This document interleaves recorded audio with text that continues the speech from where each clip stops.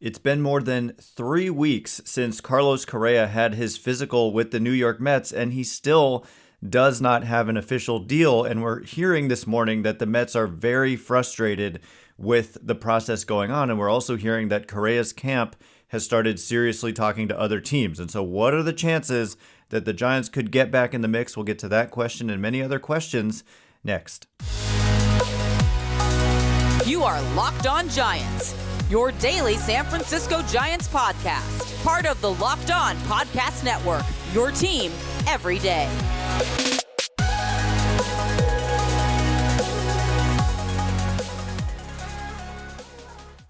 Hello and welcome to Locked On Giants, part of the Locked On Podcast Network, where it's your team every day. My name is Ben Kaspick, and on this show we provide episodes 3 days a week for now, back to daily when pitchers and catchers report, talking about the San Francisco Giants in a way that's data-driven and rational, but also simple, passionate, and accessible to all. I'm a former contributor for the baseball statistics and analysis websites Beyond the Box Score and Rotographs. I've been podcasting about the Giants since 2015, and I'm a lifelong fan. Thank you for making Locked On Giants your first listen every day. We are free and available wherever you get podcasts.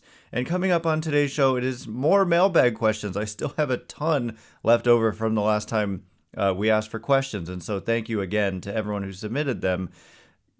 Jumping right in, this was asked before today's news about what I just mentioned, with the Mets reportedly being, quote, very frustrated with the state of negotiations and have contemplated walking away from the deal. The question comes from Daniel, who says, what percentage do you give the Giants of getting Carlos Correa again? And I think this question was asked even before Farhan Zaidi basically came out and started talking about the situation, which to me I interpreted as, when he finally was ready to start talking about it, that they felt like it wasn't going to happen.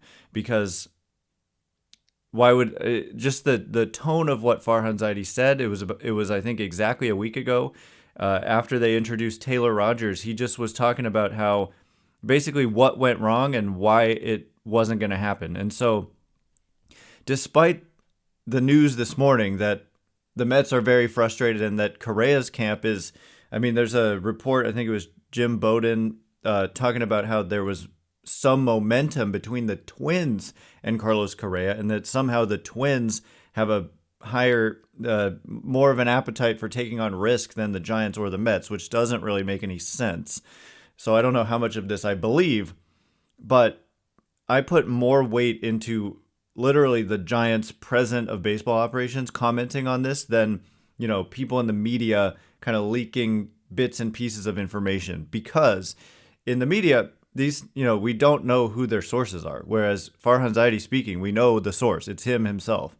And so I think the odds are very low, because what Zaidi said was that, I forget exactly the quote, but it was that it was pretty unlikely. I think those are his exact words. Pretty unlikely that they end up with Carlos Correa. And so I would put the odds certainly at less than 10%. But given that we're hearing the Mets might walk away from their deal, maybe those odds aren't so much less than 10%. I want to say like 5% is kind of the number I'm thinking of. But if the Mets seriously walk away, the thing though is that if it's this much of a problem for the New York Mets, and it was obviously a problem for the Giants, do they even want Carlos Correa? They said they circled back with him, but that he was seemingly focused on a deal elsewhere, which seemingly meant the Mets.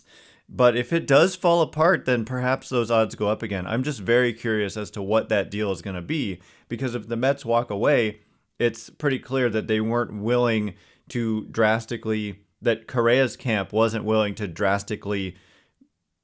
accept a drastically different offer, and maybe weren't willing to accept language in the contract that would totally protect them. So I've seen a lot of, people come up with numbers and years and dollars as proposals, but a lot of them like short term, 4 years or so. That's great for the team, but the player it's going to be hard to convince a guy who was just about to get 13 years, $350 million to accept a 4-year deal. That's just not going to come close in terms of total money. With this kind of issue with the leg, you don't want a short-term deal if you're the player. This is the moment in time to get the longest possible deal for the most possible money. Short-term is good for the team, but not the player in this situation. And so the saga continues. I just wouldn't, as long as he's still unsigned, there's still a glimmer of hope.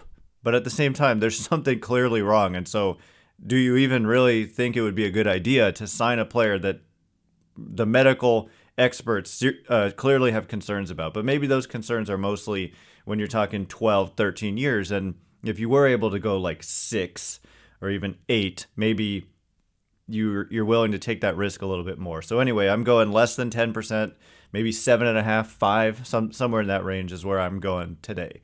Next question from Eddie who says, is there any semi-realistic scenario where Casey Schmitt is the starting third baseman on opening day? And I guess this is kind of a quick answer. No, I don't think so. Mostly because like he made it to AAA at the end of last year, but he only got a handful of at-bats there. And so I just don't, I guess if he hits, has a 900 on base percentage with a 1500 slugging during spring training, playing every day and making spectacular defensive plays, and if there's injuries to some of the major league players, perhaps, but that's not semi-realistic. And so I think he starts in AAA and he'll probably have a month or two there at minimum, and then if he performs well, he could definitely be a call-up in the middle or perhaps somewhat early part of 2023, but I think they want to have him kind of prove that he's dominating in AAA, and then he would get that opportunity, which is a big deal. People like sleeping on the Giants farm system, honestly. I was just rereading Baseball Prospectus came out with their top 10 Giants prospects list in November. I read it at the time, but I was just looking at it again today because I've seen some recent articles kind of indicating that the Giants farm system is not good or something like that. But Baseball Prospectus, by the way, had the Giants ranked number 2 in the sport for their farm system coming into 2022. And, their write-up basically says there was some disappointing years for some big-time prospects, but overall it's still a strong system. And if you read the write-ups on, Marco Luciano, Kyle Harrison, and also the point Baseball Prospectus makes, which I agree with when I look at these guys, is that for the first time in a decade, they've got some good prospects like ready to debut. I know they had Joey Bart and Elliot Ramos, but I wasn't as hopeful on those guys. You look at some of the issues with Joey Bart, you could kind of see the struggles that he's had in the majors coming a little bit. And Elliot Ramos, he was never really a top prospect. Whereas guys like Kyle Harrison, you see the upside of front of the rotation type arm. Casey Schmitt with that defense plus the bat is enticing. And so anyway, I think we're sleeping on the system a little bit, and Casey Schmitt is a big part of that. So coming up in just a minute, we're going to get to more questions and answers. We're going to talk about more young guys, including Kyle Harrison, Luis Matos, Casey Schmitt, and if the Giants should just throw these guys into the fire in 2023 and see what they have. So we'll get to that question in just a minute. But before we do, this episode is brought to you by Built Bar. If you're looking for a delicious treat but don't want all of the fat and calories, then you gotta try a Built Bar. We just got through the holidays, and I know that my goal and pretty much everybody's goal is always to eat healthier in the new year. And with Built, that is easily accomplished because it's like you're eating a candy bar, honestly, with these Built Bars, and yet they come in with incredible macros. Only 130 calories, 4 grams of sugar, and a whopping 17 grams of protein in a typical bar. And now you don't need to wait around to get a box. For years, we've been talking about ordering your Built Bars at Built.com. Now you can get them at your local Walmart or Sam's Club. That's right. Head to your nearest Walmart today, walk to the pharmacy section, and grab yourself a box of Built Bars. You can pick a 4-bar box of cookies and cream, double chocolate, or coconut puffs. If you're close to Sam's Club, run in and grab a 13-bar box with our hit flavors. Brownie batter, one of my favorites, and churro. How can you not love that? Anyway, you can thank me later.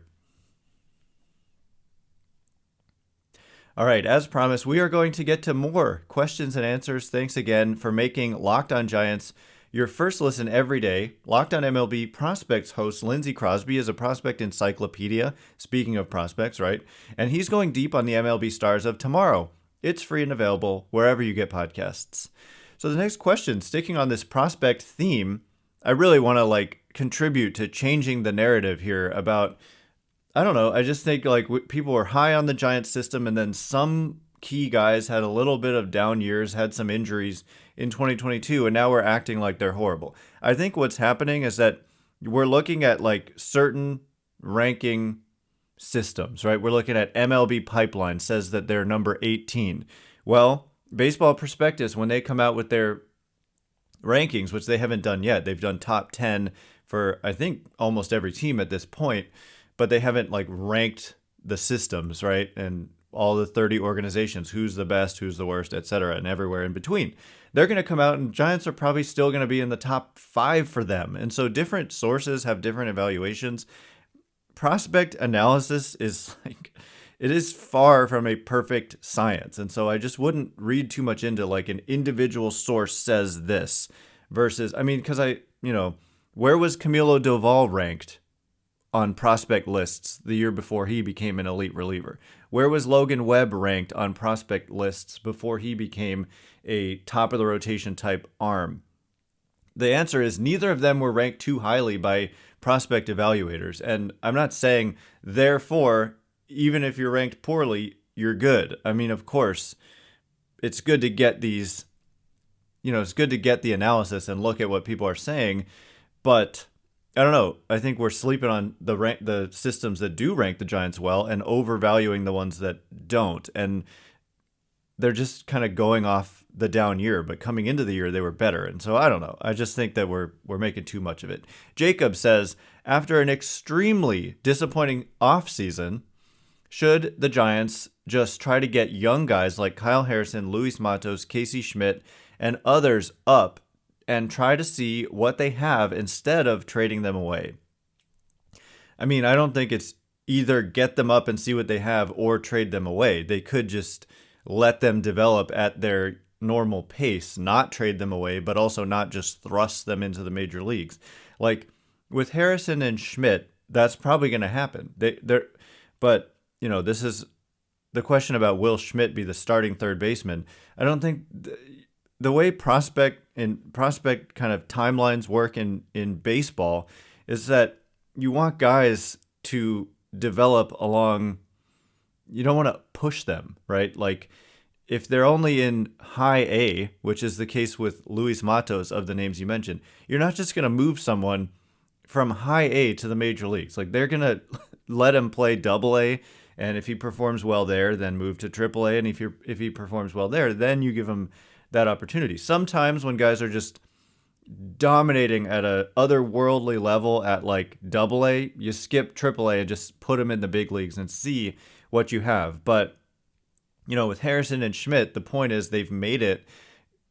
Harrison pitched a lot in double A, but he didn't quite get to triple A. So he's probably going to start in triple A along with Casey Schmitt, and they have a chance. You're right on the doorstep there. And so they're not going to trade Harrison. That's just not going to happen unless they get some kind of amazing return for him. But I haven't heard about them thinking of trading Casey Schmitt either. And so I don't know quite what you mean instead of trading them away. I don't think that a lot of fans suggest trading away Marco Luciano for 3 years of Brian Reynolds. I have been consistent in saying I don't think something like that is a good idea, given that you're only getting 3 years of a Brian Reynolds. Whereas, if it was 5-6 years of a Brian Reynolds, that's a different story. But 3 years is just too few years of team control to give up a player who's kind of a consensus top 20 prospect in the sport. In my opinion, I just don't think the Giants are in the position where they can afford to do that at this moment in time. But, I just doubt that they end up trading high-end prospects for anything at this point. And what's going to be important to the future success of the Giants organization is that these guys make it to the San Francisco Giants and become contributors. Not everyone has to hit, but some of their top guys certainly do have to hit at some point, and at some point soon. And I really think that 2023, we finally start to see some impact prospects making an impact at the major league level. So look, they're not just going to skip guys ahead. They're like, people were clamoring for Joey Bart, right, to make the major leagues in 2020 when he had, it was a weird, obviously, season with no minor league season. He was at the alternate site, and people were certain that the Giants were just kind of holding him down for service time manipulation and that he was ready. And then he comes up and he completely and utterly struggled. And so that's why you don't just throw these guys in at a level. I mean, they deemed him ready enough and that it was worth him struggling to get that development because there was no minor league system. But if you have no minor league season, I think I always say that accidentally. 2020, no minor league season because of COVID. And so if you have a minor league season, just let them develop. And if they dominate at a level, move them up and then let them continue to move up until they're here. Anyway, next question from Nathan, who says, do you think this roster right now is better than the 2021 107-win roster was? And it's a really interesting question, Nathan. The reason I'm going to say no is because of Buster Posey and having that kind of Hall of Fame type player, career Giant, leadership, and impact talent made a big difference. And then Brandon Crawford having the type of season he had, but like you're saying, like objectively, not knowing what kind of season they had, I think it's closer than people think. I think it's reasonable to make an argument that perhaps they are better than the 2021 team. But Buster Posey was kind of the piece that brought the San Francisco Giants together, and now they kind of have a leadership void, and you're also getting elite production out of a position where a lot of teams don't even have halfway decent production. So it's closer than people realize, and I just never understand when, here we are in January, also this happening in December, there's a lot of confidence in saying the Giants will not be good or the Giants won't make the playoffs or whatever people are saying with utter confidence. I just turn that around and say, what were these same people saying prior to the 2021 season? Was literally anybody, I know our bold take going into 2021 was that the Giants would be 86-76, 10 games over 500. It was a hot take, and they go out and win 21 more games than that. And so it just goes to show you that baseball is really hard to predict. And so one thing that I just never can really have a lot of patience for is when we act like we know exactly what's going to happen. Every single year, like if you could make a fortune betting on baseball because nobody knows, and the over-unders and all that stuff, it's hard in Major League Baseball. And then people say, well, it was a once in 100-year miracle season, and that may be true, but this is what I keep saying. They didn't have to win 107 games. Like this year's team, if you're like, okay, they're somewhat similar to the 2021 team talent-wise, but they're never going to repeat 2021. Well, they don't have to. They could win 90 games, and it would be a good regular season, and they would very likely make the playoffs. I'm not saying 90 wins is the goal. I would love them to be a 100-win team every year, but the first goal is to just it's to win the division, of course, but then the second goal is just to make the playoffs some other way. And I don't know, like you don't need a 107-win miracle season. You just need some things to go right and win 90-something games, and then you can get into the playoffs. So we don't know what's going to happen, and just put yourself in the best possible position. I don't think they're a like clearly below 500 team. I think you definitely can make a case they're better than they were at the end of last year, even though they lose a Carlos Rodon. That makes it tougher, but I do think you could make a case that they're better than they were last year when they underperformed. I would say last year was an underperformance. They probably should have won some more games than they did, and the defense really crushed them and should be better. It doesn't look great, but it doesn't look like the worst defense in the league, at least at this moment in time. So coming up in just a minute, more questions and answers. What the heck is going on with Luis Gonzalez, the forgotten guy in all this? We don't even talk about him much. What's going to happen with him? And how about a specific over-under question? Will the Giants win more or less games than this number? We'll get to it in just a second, but before we do. All right, as promised, more questions and answers. The next one coming from Christy, who says, What do you think is happening with Luis Gonzalez? And it is a good question because I haven't mentioned his name almost at all offseason long. And, he had his moments with the 2022 Giants. He started off really well and then went cold. A lot of the success that he had seemed to be, BABIP fueled. I hate to use that word. It's kind of the worst sounding word ever. But average on balls in play was like 400 something, which just wasn't going to last. We talked about it a bunch during the season, and sure enough, it fell rather dramatically. So he's not currently projected as someone to make the major league roster. Like when we look at, they've got Mike Yastrzemski, Mitch Haniger, Michael Conforto, Austin Slater, Wade, Tyro Estrada. Like all those guys are, the first several I mentioned are like pure outfielders. And then guys like Wade and Estrada are guys who could play outfield if needed. And Jock Peterson, you could throw him into that category. And so there doesn't appear to be space for Luis Gonzalez on the opening day roster, but he does have a minor league option. And this may be news to those of you who have been listening to me, because I said all last year that he wasn't going to have an option in 2023, but in fact he does, as far as I know, because he's one of these guys. I think what happened was he was sent down at some point last year. And when we say, he has an option or he doesn't have an option, these are option years. And you can, oh God, there's a new rule, like 5 times a year, you can get sent up and down. And all throughout the year, they can send you up and down. And that only counts as one option being used, one option year. And so when you're added to a 40-man for the first time, you get 3 option years. And for Gonzalez, he only had one remaining last year, and they sent him down at some point. And so I was like, yes, they used his option year last year. They used his last option year. But apparently he wasn't down for long enough, and you have to be down for a certain number of days. I'm forgetting exactly what it is. And once that period of time passes, then you've used the option year. But he wasn't down for that long.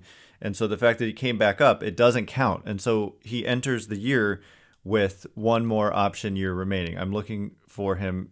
Yeah, according to Roster Resource, he's still got an option year remaining.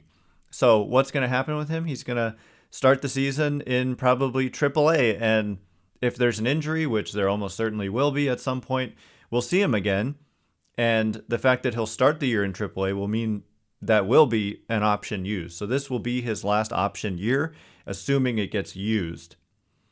But that would be how I expect them to use him. And that, like I said, that they can send him up and down all year long, given that he has one option year remaining. The next question comes from Lane, who says, if the Giants don't feel like trading for Trent Grisham, would a deal for Aaron Hicks to gain a prospect work? Hicks could still potentially be a contributor. And just anything the Giants can do, if they can do that kind of move where basically they're taking on somebody else's bad underwater contract in order to buy a prospect, I'm all in favor of that anytime they can do it. I just think that those opportunities don't come up very often, and I'm not sure the Yankees are any exception. I'm not sure they want to do this. It depends on if the team is that desperate to shed payroll. And these days it's hard to get teams to part with young talent even when you're taking on a bad contract. So for Hicks, I would not love taking on this player at this moment in time. He is first of all, like I said, the Giants outfield is kind of full already. Hicks has 3 more years that he's under contract, plus a club option with a somewhat substantial buyout. No, it's just a $1 million buyout. So it's 3 years. It's about $30 million guaranteed. So it's not a high cost, but it's not a player I would love taking on at, for 3 more guaranteed years. But depending on what the Yankees would be willing to attach to him to get rid of the contract, then sure. But it's got to be enticing enough to justify taking on 3 years of a player who's potentially not going to help you at all.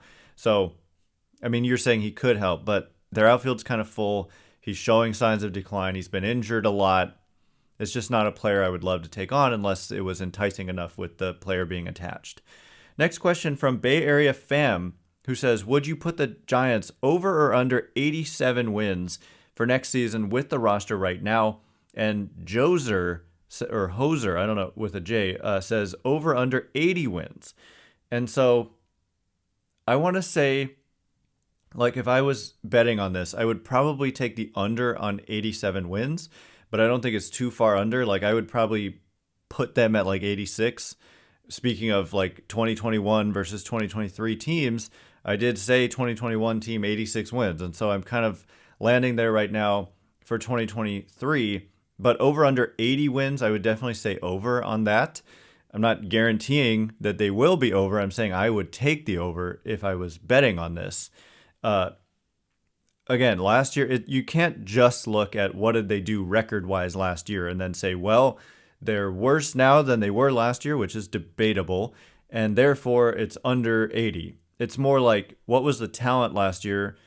What was the run differential, which suggested, I think, a couple more wins at least. And the defense, so many things went wrong. Like, pretty much as much went wrong in 2022 as went right in 2021. It was just a lot didn't go well. Nothing really broke their way in 2022. And so, I don't know. I think 86 wins is kind of a reasonable number here, which is disappointing. If that ends up being true, then there's going to be a lot of unhappy fans, and justifiably so, I think. And, a Correa acquisition would have perhaps pushed them into the low 90s, I think. And so that's kind of where I'm at. Under 87, just barely, but over 80 kind of somewhat comfortably is where I'm at right now. So anyway, that is all the time we have for today. Thanks again for making Locked On Giants your first listen every day. Now make your second listen Locked On MLB Prospects. Host Lindsey Crosby is a prospect encyclopedia, and he's going deep on the MLB stars of tomorrow. It's free and available wherever you get podcasts. Once again, my name is Ben Kaspick. Check me out on Twitter at Ben Kaspick, Kaspick. If you like this show, please consider rating it or leaving a review. It helps me out a lot, so thank you in advance. And thank you to everyone who's done so already. I can't wait to be with you again next week. Thanks again for listening. You are now Locked On Giants.